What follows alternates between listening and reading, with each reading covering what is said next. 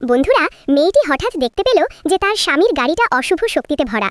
তাই সে স্বামীকে গাড়িতে উঠতে বাধা দেয়। পাশে থাকা সহকারী ভাবল মেয়েটা বুঝে গাড়িতে উঠতে লাল খাম চাইছে। সে সঙ্গে সঙ্গে পকেট থেকে কয়েকটা লাল খাম বের করে মেয়েটার হাতে দেয়। কিন্তু মেয়েটা বলল গাড়িটা যেন কেউ ইচ্ছাকৃতভাবে নষ্ট করেছে। সহকারী এটা শুনে সঙ্গে সঙ্গে বলল এটা অসম্ভব। সে বলল এই গাড়িটা তো প্রেসিডেন্ট মাত্র বিদেশ থেকে আমদানি করে কিনেছেন। কিন্তু প্রেসিডেন্ট মেয়েটার কথা পুরোপুরি বিশ্বাস করলেন। পরের মুহূর্তেই তিনি ড্রাইভারকে দ্রুত গাড়ি পরীক্ষা করতে বললেন। অপ্রত্যাশিতভাবে পরীক্ষা করার পর ড্রাইভার সত্যিই দেখতে পেল গাড়ির ব্রেকের তার কেটে দেওয়া হয়েছে। এটা শুনে মেয়েটা আবার পেছনের কয়েকটা গাড়ি পরীক্ষা করে সে দেখতে পেল দ্বিতীয় গাড়িটা নিরাপদ। তাই সে প্রেসিডেন্টকে সেই গাড়িতে উঠতে বলল। প্রেসিডেন্ট সঙ্গে সঙ্গে সহকারীকে দরজা খুলতে নির্দেশ দিলেন। সবকিছু ঠিক হওয়ার পর মেয়েটা প্রেসিডেন্টের সঙ্গে পুরনো বাড়িতে ফিরে গেল। কিন্তু বাড়ির দরজায় পৌঁছেই মেয়েটা বুঝতে পারল পুরো বাড়িটাই অশুভ শক্তিতে আচ্ছন্ন, আর এর সঙ্গে প্রেসিডেন্টের অসুস্থতার গভীর সম্পর্ক রয়েছে।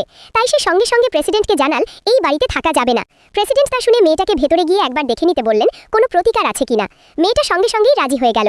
কিন্তু যখন সে শ্মশান ঘরের সামনে পৌঁছলো তখন সে অবাক হয়ে গেল ধূপদানের সব ধূপই অশুভ শক্তিতে গ্রাস হয়ে গেছে। এর মানে এই বাড়িতে কেউ অভিশাপ প্রয়োগ করেছে। প্রেসিডেন্টের শরীরে যে বিষ আছে সেটাও এই কারণেই হয়েছে। এই অভিশাপ ভাঙতে হলে অবশ্যই জানতে হবে কে এই অভিশাপ দিয়েছে। ঠিক তখনই প্রেসিডেন্টের সৎ মা আর সৎ বোন বাইরে এলো। তারা মেয়েটা আর প্রেসিডেন্টের ঘনিষ্ঠতা দেখে সঙ্গে সঙ্গে জিজ্ঞেস করলো এই মেয়েটা কে। মেয়েটা উত্তর দেওয়ার আগেই প্রেসিডেন্ট বললেন এই মেয়েটাই আমার সদ্য বিয়ে করা স্ত্রী, আর ভবিষ্যতে যেন তারা তাকে সম্মান করে। কথা শেষ না হতেই প্রেসিডেন্টের শরীরের বিষ আবার তীব্রভাবে আক্রমণ করলো। মেয়েটা দ্রুত তাকে চিকিৎসা করতে শুরু করলো। কিন্তু বিষ তখন এতটাই মারাত্মক অবস্থায় পৌঁছেছে যে সাধারণ কোনো পদ্ধতিতে আর তাকে বাঁচানো সম্ভব নয়। উপায় না দেখে মেয়েটা হঠাৎ করেই তাকে চুমু খায় এবং নিজের আধ্যাত্মিক শক্তি তার শরীরে প্রবাহিত করে। এই দৃশ্য দেখে সৎ মা আর সৎ বোন হতভম্ব হয়ে গেল। এরপরও যখন মেয়েটা দেখে প্রেসিডেন্টের অবস্থা তেমন ভালো হচ্ছে না, তখন সে সঙ্গে সঙ্গে তাকে ধরে ঘরের ভেতরে নিয়ে গেল। এই দৃশ্য দেখে সৎ মা বুঝতে পারে এখানে নিশ্চয়ই কিছু একটা গোলমাল আছে। সে বুঝে ফেলে এই মেয়েটা মোটেও সাধারণ কেউ নয় এবং তার মনে মেয়েটাকে নিয়ে খারাপ উদ্দেশ্য জন্ম নিতে শুরু করে।